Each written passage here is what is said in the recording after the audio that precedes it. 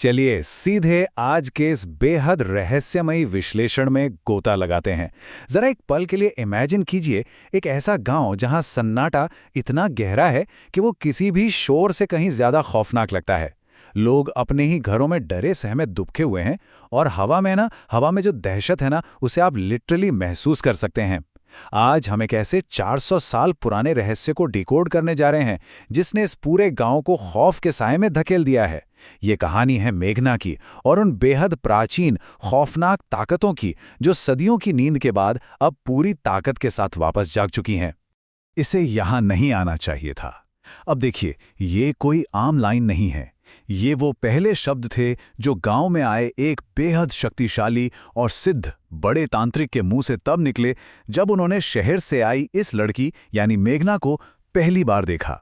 अब जरा सोचिए, एक ऐसा इंसान जो अलौकिक शक्तियों का इतना बड़ा ज्ञाता है, जो इन सब चीजों से डील करता है, वो एक नॉर्मल सी लड़की को देखकर इतना घबरा क्यों गया? उनके चेहरे का रंग एकदम से क्यों उड़ गया? भाई, यहीं से हमारे आज के इस रहस्य की असली बुनियाद रखी जाती है। और इस घबराहट की वजह बिल्कुल साफ है। गांव वालों के सर पे जो खतरा मंडरा रहा है ना, वो कोई मामूली साया वाया नहीं है।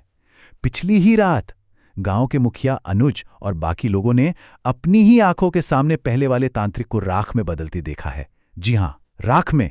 हवा में उड़ती वो राख, वो सिर्फ एक इंसान के शरीर की राख नहीं थी, बल्कि वो इस गांव की आखिरी उम्मीद की राख थी। ये इस बात का सबसे खौफनाक और पक्का सबूत है कि ये जो अंधेरी ताकतें हैं, ये अब पहले से कहीं ज्यादा खतरनाक और पूरी तरह से बेकाबू हो चुकी हैं।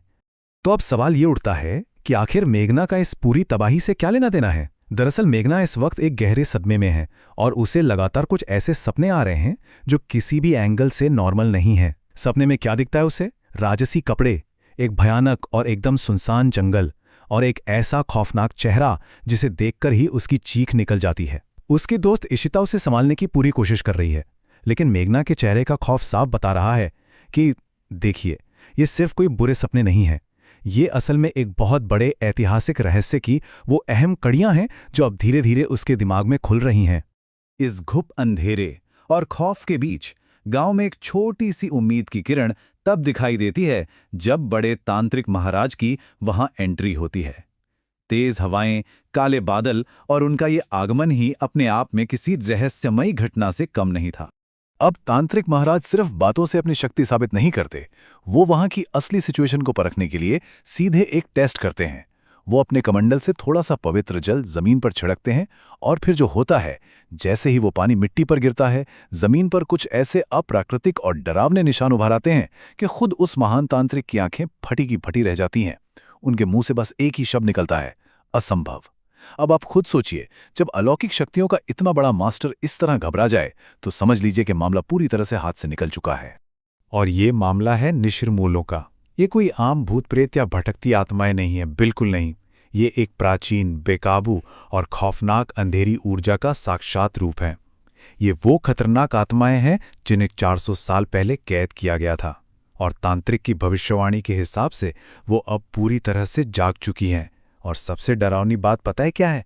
ये निशिरमूल इस बार सिर्फ अंधेरे में यूं ही नहीं भटक रहे हैं, बल्कि ये इस गांव में किसी बहुत खास चीज या यूं कहें किसी खास इंसान का शिकार करने आए हैं। अब इस पूरी तबाही को समझने के लिए हमें थोड़ा अतीत के पन्नों को पलटना होगा। चलिए एक जासूस की तरह ये समझने की कोशिश करते हैं कि आखिर ये खौफनाक निशिरमूल वापस क्यों लौट आए हैं और इतिहास खुद को किस तरह से दोहरा रहा है। 400 साल पहले के इस घटनाक्रम को समझना हमारे लिए बेहद जरूरी है।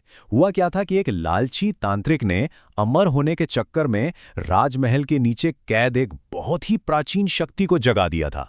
वो शक्ति बेकाबू हो गई और उसी भयंकर ऊर्जा से जन्म हुआ इन खौफनाक निशिरमूलों का।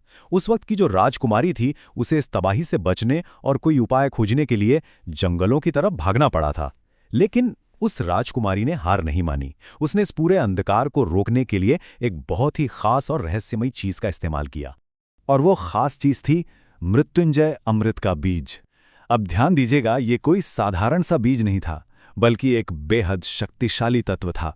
इस अमृत ने उस वक्त के लिए उन निशिरमूलों और उस फैलते हुए अंधेरे को रोक तो दिया, लेकिन, और ये बहुत ही इंपॉर्टेंट पॉइंट है, इसने उन्हें हमेशा के लिए खत्म नहीं किया था। ये अंधकार मरा नहीं था, बल्कि ये बस सही वक्त का इंतजार कर रहा था।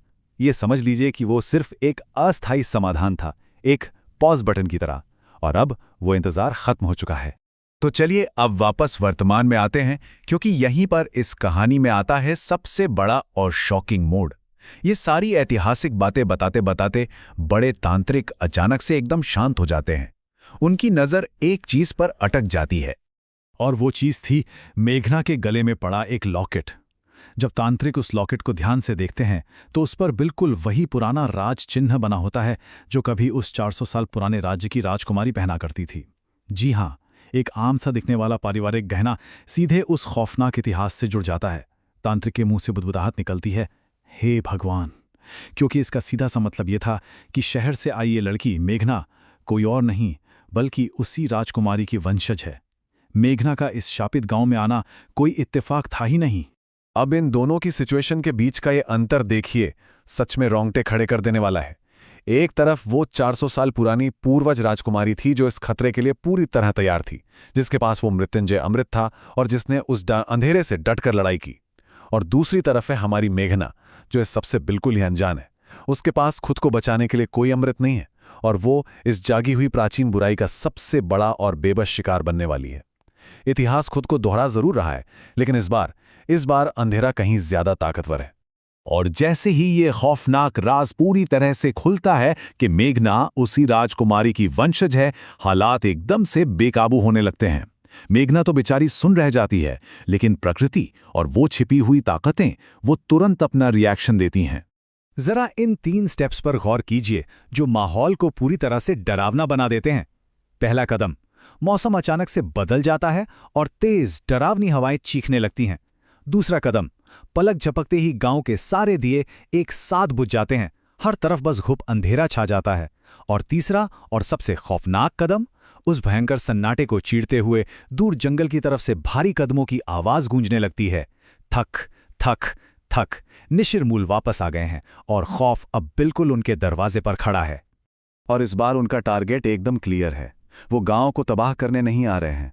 400 साल की वो जो प्यास थी, वो गुस्सा, वो प्रतिशोध, वो अब सीधे उस राजकुमारी की वंशज यानी मेघना की तरफ बढ़ रहा है। अब छिपने की कोई जगह नहीं बची है, क्योंकि सदियों से दबे उस अंधेरे को अपनी मंजिल मिल चुकी है।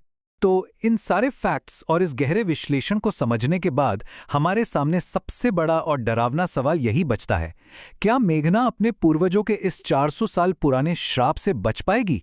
क्या बड़े तांत्रिक की शक्तियां निशिर-मूलों की इस नई और खूंखार ताकत को किसी भी तरह से रोक पाएंगी? या फिर एक बार फिर से अतीत की तरह ये गहरा अंधेरा सब कुछ हमेशा के लिए निगल जाएगा? सच कहूं तो ये सवाल यकीनन रातों के नींद उड़ाने के लिए काफी है। आज के इस विश्लेषण में बस इतना ही।